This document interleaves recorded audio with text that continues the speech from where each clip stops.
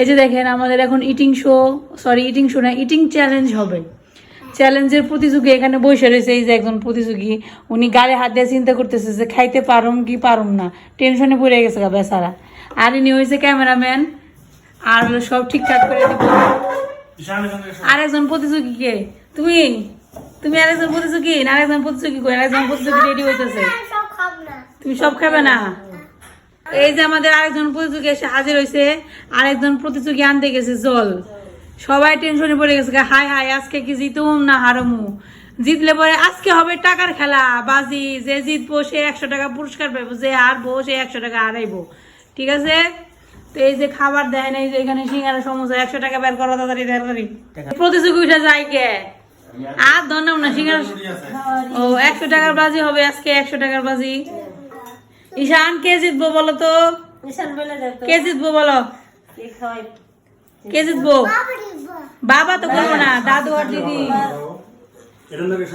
শাস্তি একটা কাঁচামরিচ খাইবো, না খাই বললে না, খাইলে খাইবো, খালি খাওয়ান নাকবো। শাস্তি তো শাস্তি, খাওয়ান নাকবো খালি। ঈশান তুমি বলো আজকে কে জিততে পারে? দাদু। এই ঈশান দাদুর পক্ষ নিয়ে নিছে, দিদি এত কিছু করে খাওয়ায়, দাদুর পক্ষ নিয়ে নিবে। ঠিক আছে, তো তোমরা চ্যালেঞ্জ শুরু করো, দেখা যায় কে জিতে আর কে হারে। আশা করি আপনারা সবাই ভালো আছেন, আমরা সবাই ভালো আছি। তো আজকে খাওয়ার প্রতিযোগিতা হলো ঈশানের দিদি আর আমি। তো দেখি কারা হার জিত, মানে কারা খায় পারে, আগে পারে না পারে, তার হার জিত শুরু হয়ে গেছে। তাড়াতাড়ি খাইতে হবে, ঘুমিয়ে ঘুমিয়ে খাইলে হবে না।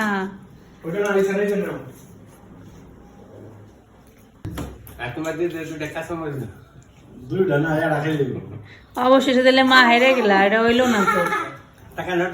আজকের চ্যালেঞ্জের বিজয়ী হয়েছে বাবা, হেরে গেছে মা। বাবা পেলো 100 টাকা, মা পেলো একটা কাঁচামরিচ।